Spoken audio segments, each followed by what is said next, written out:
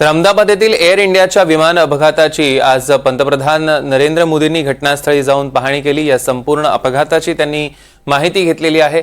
पंतप्रधान मोदींनी रुग्णालय वसतिगृहावर ज्या विमान धडकलं त्या रुग्णालय वसतिगृहावर जे पडलं त्या इमारतीची सुद्धा पाहणी केली। त्यानंतर पंतप्रधान नरेंद्र मोदी रुग्णालयात पोहोचले आणि त्यांनी डॉक्टरांकडून सुद्धा माहिती घेतलेली आहे। यावेळी मोदींची देहबोली गंभीर आणि चिंतातूर दिसत होती। रुग्णालयात पोहोचून सगळ्यात आधी पंतप्रधान डॉक्टरांना भेटले। डॉक्टरांशी संवाद साधत त्यांनी जखमींच्या उपचारांची माहिती घेतली। मोदींनी जखमींना भेटून त्यांची विचारपूस केलेली आहे।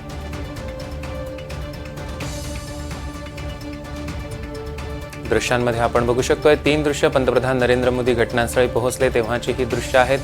दुसरे दृश्य आपण बघतोय डॉक्टरांकडून पंतप्रधान नरेंद्र मोदी माहिती घेतात आणि तिसऱ्या दृश्यामध्ये जखमींची विचारपूस त्यांनी केली आहे।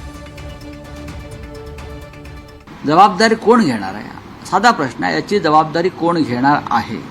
जेव्हा अशा प्रकारचे अपघात यूपीएच्या राजवटीत होत होते तेव्हा भारतीय जनता पक्षाचे राष्ट्रीय अध्यक्ष किंवा भाजपचे विरोधी पक्षनेते हे त्या संबंधित मंत्र्यांचा राजीनामा मागत होते आणि त्या वेळेला राजीनामे देण्यात आले आणि तुम्ही खुशाल बसलेला आहात,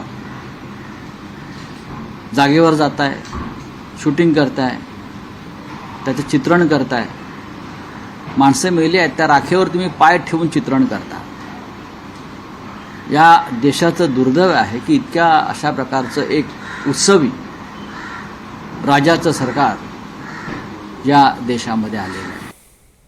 तर रेल्वे विमानांच्या अनेक दुर्घटना घडतात आणि त्याची जबाबदारी कोणीच घेत नाही अशी टीका ठाकरे गटाचे खासदार संजय राऊतांनी केली। गुजरात राज्याचे माजी मुख्यमंत्री विजय रूपाणी जे माझे सहकारी होते राज्यसभेत, त्यांचंही त्यात निधन झालं